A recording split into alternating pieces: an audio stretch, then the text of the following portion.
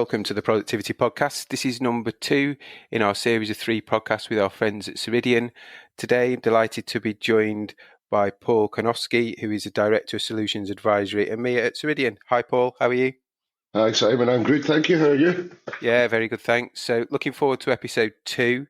Today, we're talking about the future of workforce management, which I know is something you're quite passionate about and the world you work in. But before we get into the detail, let's find out a bit about you. So, Paul, tell us about your career with Ceridian. Excellent, thank you. Yeah, I'm Paul Karnowski. I am currently Director of Solutions Advisory for Ceridian in EMEA, which means I lead a team of solutions advisors that help our customers and prospects understand the value of the products that we offer. I have been with Ceridian for, I think, around 14 years now. Started off in a role in operations, and then I moved into solutions consulting after a few years. Having done that, I moved into implementation and delivery for a few years, where I was helped in delivering some of our largest workforce management implementations to some of the UK's largest sort of retail and hospitality chains. Then I moved into product development, and so I had a hand in actually building and designing the products we offer to our customers. And then I was very fortunate in moving back into sales and the solutions advisory role. And then a couple of years ago, I was fortunate enough to become the leader of the solutions advisory team for EMEA. Excellent. So you've seen it kind of both sides, moving through the ranks and now leading the team. So let's talk a bit about the Ceridian workforce management product. So called Dayforce, part of the Ceridian world. Just tell us a bit about kind of product itself, how that fits with the wider stuff that Seth talked around in episode 1 in terms of payroll and all the other bits. So Ceridian Dayforce is what we would refer to as a full end-to-end human capital management solution. So it caters for the entirety of the employee lifecycle, from recruitment through onboarding, through HR talent management, workforce management and payroll. But it actually started off as a workforce management and payroll application. So we've got a really strong breadth and depth of capability in workforce management, and that includes both things like time and attendance, time recording, attendance management, but also things like sales forecasting, labour modelling, and automated scheduling. One of the key advantages, though, is that it's part of the overall application. It's part of the same database and the same product. And so there are no internal integrations within Dayforce.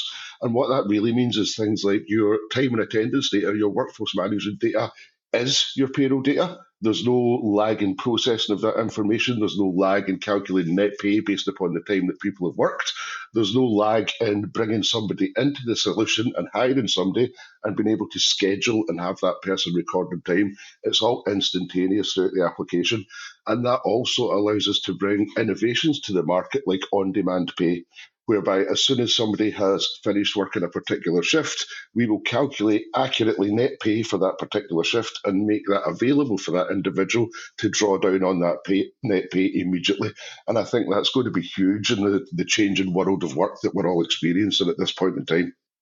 Yeah, absolutely. And Seth touched on that. That's the wallet. Is that correct? Ceridian that is wallet? The wallet, correct. Dayforce wallet, Ceridian wallet. I can't remember the exact name. Dayforce wallet. That's the one. So, yeah, I think I agree. In a world where we're heading for an even more uncertain 2 years than probably the unfortunate 2 years we've just come out of, then innovations like that are only going to help people, aren't they? And an important point you made there, just kind of circling back around on a few bits. So there's no data in terms of lags of you send a file to payroll and it processes overnight. So that's a really important point, that I'm employee number 1235 and that's me in the system in one single instance. So I live in payroll, but at the same time I'm living in workforce management. So you can see that entirety of my work life from cradle to grave almost in the solution in one instance.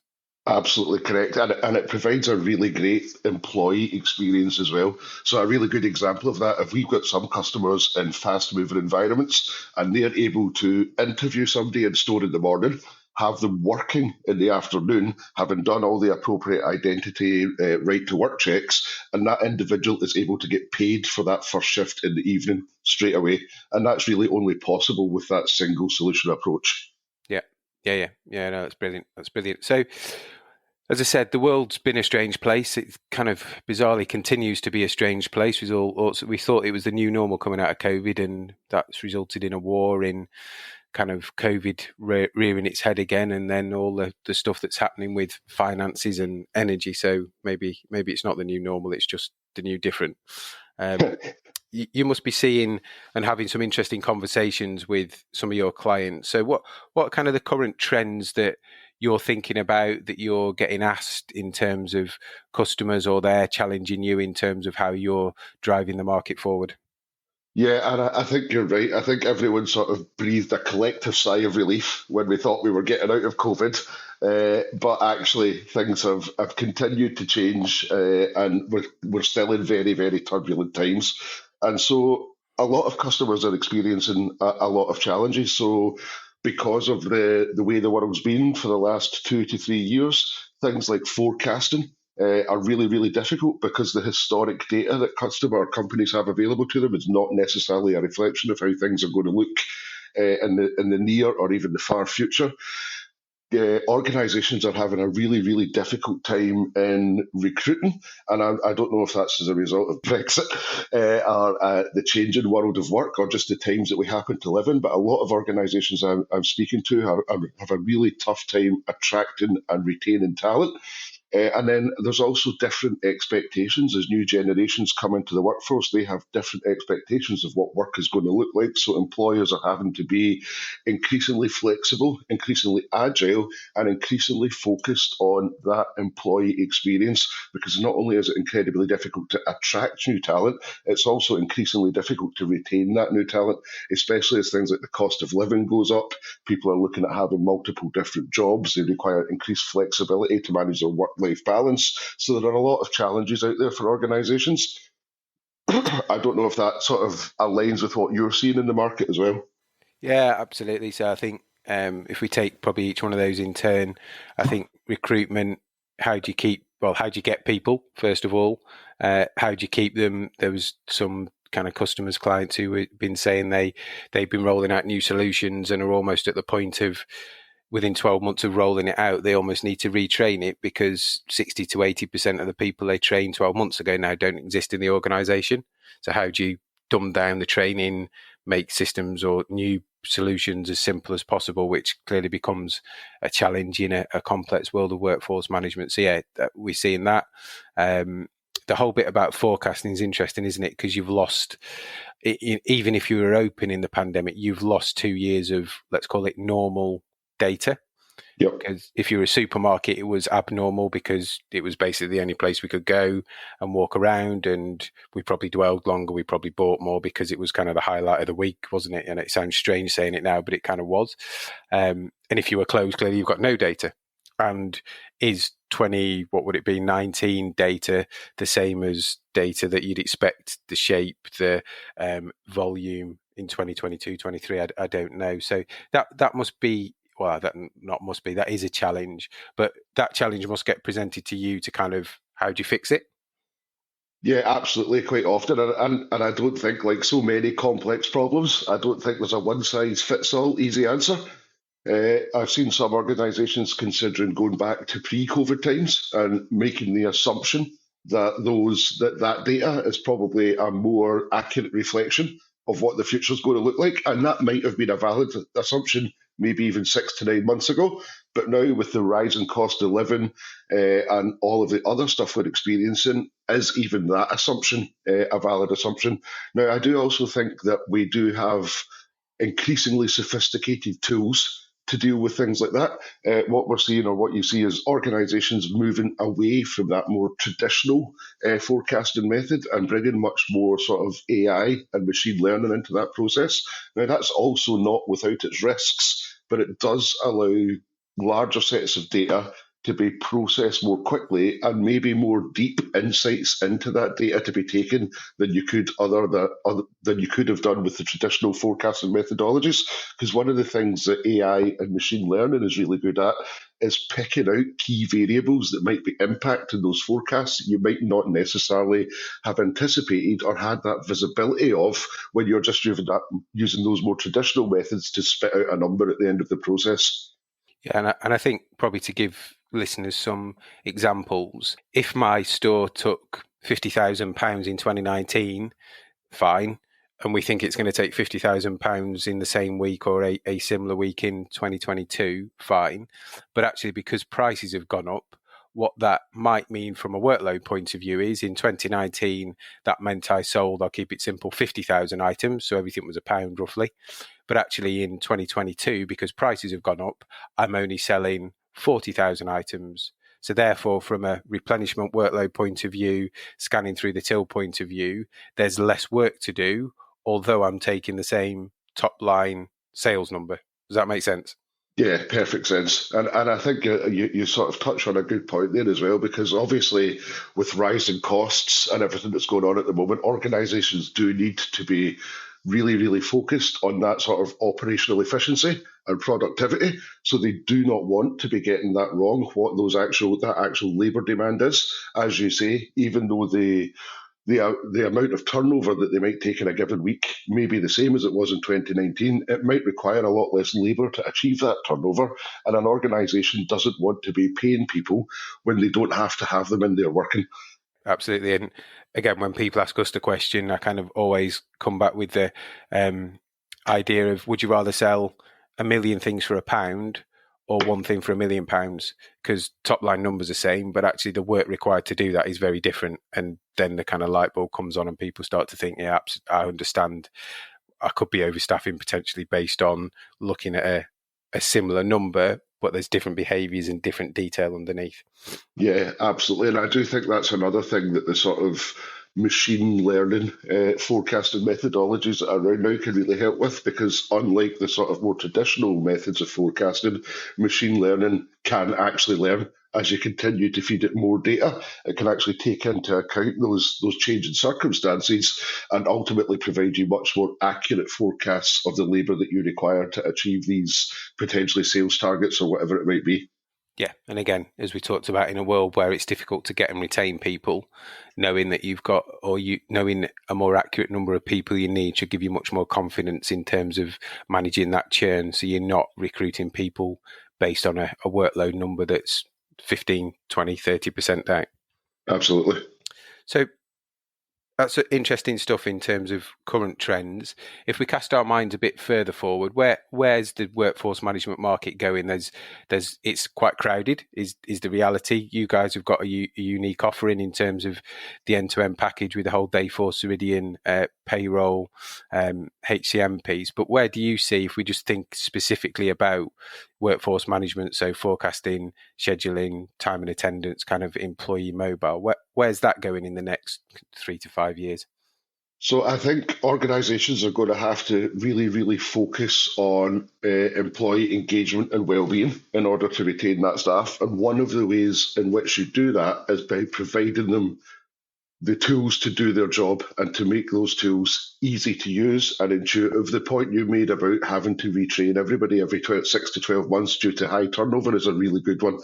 You don't want to be rolling out applications as much as possible that require extensive training. So it's really important for organisations to be able to provide intuitive, easy to use, mobile first tools to their workforce. So somebody doesn't have to spend a day training to work out how to use the tools that their employer provides them. I think it's going to be very, very important for employers to provide flexibility going forward, because people will have changing requirements. Everybody's got used to hybrid working, which obviously doesn't work in every single industry. But I think we're also going to find increasingly that people, particularly in the world of things like retail and hospitality, may be juggling multiple different jobs. And so organizations are going to have to provide as much flexibility as possible, as well as focusing on that employee well-being. And I also think it's important that organisations can get the maximum possible efficiency out of what they're doing. So anything that they can bring into their organisation that will help them automate transactional processes, will speed up those day-to-day things that their managers and employees are doing and allow them to really focus on the customers, is going to be incredibly helpful as well. And by that, we talked a little about forecasting, but things like automated building of employee schedules based upon those forecasts, allowing the flexibility of having people work across different locations dependent upon where the needs of the business are, and also bringing innovation to the market. I talked a little bit about Dayforce wallet and that ability to allow people to immediately access pay that they've already earned. But I'm sure there are many other innovations that can be brought in the next few years to really make that employee experience better and really help organisations retain that talent that's so difficult to attract at the moment. Yeah, and I think one of the things Seth talked about was kind of this autonomous pay idea of actually does a monthly pay cycle just become a thing of the past? Because it's that premise is tried and trusted, but clearly built around systems and process rather than what the colleague, the employee wants. So that might be something that creeps in. And what about things like shift swap, shift bid? I know they're all there now, but do you think as part of this employee-led culture, do you think we'll see there be a big rise in that in terms of actually schedule generates based on my preferences and working time, but actually the schedule that's actually worked may be significantly different because we've got employees bidding, swapping within given parameters and sign-offs as a given. Do you think that will become more on the front foot? Yeah, I very much do. Now, I think there's probably some well-founded nervousness within organisations about that, but I do think that going forward, those organisations that are able to offer that kind of flexibility to their workforce are going to thrive. So I think we will see an increase in things like shift swapping, but I think we'll also see an increase in really flexible shift management, almost where organisations build a scheduler or a rota of completely unfilled shifts and just publish those out to the available staff and let those staff decide with the appropriate technology and controls exactly who's going to work what shift dependent upon their changing needs from week to week and month to month. And I think we will see a much greater prevalence of that over the coming 6, 12, 18 months. Yeah, no, I can see that. And what about things like colleague feedback on schedules? So them rating it, it's a one schedule for me, it's a 2, 3, 4, 5 star schedule, and then almost back to our previous conversation, the machine learning understanding what makes a good schedule and kind of how that then builds future schedules. Yeah, and I think that's going to be very important as well. And it's factoring that into the algorithm so the machine learning learns over time exactly what schedules naturally suit the particular team for each particular location or department is going to be really, really important. Because if we think again about that employee engagement and well-being, if I just automatically from week to week get a schedule that suits my lifestyle, suits my availability, suits all the other commitments I have in my life, that is certainly going to make me happier at work. It's going to improve my working life, which makes my relationship with my employer better and probably drives me to provide better customer service and ultimately increase the sales or the customer satisfaction for that particular organization. So I think it all feeds into what every organization is trying to achieve, which is increased satisfaction, increased sales, and increased employee engagement, increased efficiency, and increased productivity. Yeah, and I think that then fills the loop, doesn't it, of those people then probably will help you out if you need extra shifts or to fill some tricky shifts. But also back to your efficiency point, the one thing that every organisation we work with, and I'm sure lots that you speak to, is stopping people editing the schedule. So system runs, manager then sits down and fundamentally rewrites the schedule manually because they know better. So the efficiency of what gets spat out of the system is 95% right, and then with a bit of shift swap, a bit of shift bid, we fill that final 5%, but stopping people spending onerous amounts of time changing it for whatever reason. Yeah, absolutely. And I think in a lot of cases, it's particularly when you roll out new technology that perhaps does a lot more than the previous technology, and people are in a mindset where in the past they always had to do this manually. I mean, I've certainly seen people whereby managers are taking their machines home at the weekend and spending 6 hours on a Sunday doing exactly what you just described. But I do think it's a bit of a mindset and a culture change, but it's also a learning experience. I've had experiences where initially we've implemented that kind of forecasting automated scheduling and everybody's been changing the scheduling every single week, but as time's gone by and they've come to trust what the solution is doing, you actually see that less and less, and ultimately those people are really happy to get their Sundays back. Everyone ends up with more efficient schedules that are able to be published out to the teams much further in advance, so ultimately it becomes a win-win for every single level of the organisation. Yeah, absolutely. And What kind of current challenges? I'm sure we've touched on some of them your customers facing. Is there anything different to what we've talked about, or are they all in that kind of recruitment, retain, trying to work out the best data to forecast on? Yeah, it's very much that, and particularly the data, the forecasting thing is real, but certainly with the organisations I work with, it's that recruitment thing. It's the ability to recruit and retain, just the number of staff you need to run your business, particularly in the world that I often move in, which is sort of retail and hospitality. It's a real challenge at the moment for a lot of organisations to get that staff and then to retain those staff, and I think that's what everyone's focused on. So the smoother, the easier that you can make that journey for people, the better you're going to do as an organisation, and the better tools that you can provide your employees, and the more flexibility that you can give them in their work life, the better you're going to be able to retain those staff as well. And I think that at the moment is where the greatest challenge is for most of the organisations that I talk to. And I don't know if that reflects your experience. Yeah, yeah, just finding good people. I think someone described it to me in another podcast we were doing, which was it's about retaining your A players. So there's a group of people that are clearly your best colleagues, maybe 40-50% of your business, and they're the ones that typically move on and cause problems because they're the good ones that'll go the extra mile, that know the business inside out potentially and aspire to move upwards and onwards. So it was interesting. It made me think slightly differently. I think the challenge is retaining good people. Maybe there's some people you don't want to keep, and that's the same in every organisation, and there's processes to deal with that, but it's retaining those good people. Yeah, and you actually make a really good point there. One of the things that I think is really important that organisations need to be thinking about is identifying those good people and giving them the opportunity to progress, as you've said. Because if you don't give those people the opportunity to progress in their careers, they are going to start looking elsewhere because often you find that the good people know that they're good. And so, unless you reward those good people and do give them that recognition and that opportunity to progress, you will ultimately lose them. So, it's important to be able to identify and reward those individuals using the data that you already have as an organization. Absolutely. And that it's a good segue because episode 3 of the series with Ceridian is on the future of talent. So we'll explore that in a bit more detail with one of your colleagues, which will be good. Excellent. Paul, it's been an absolute pleasure to catch up. Really good conversation.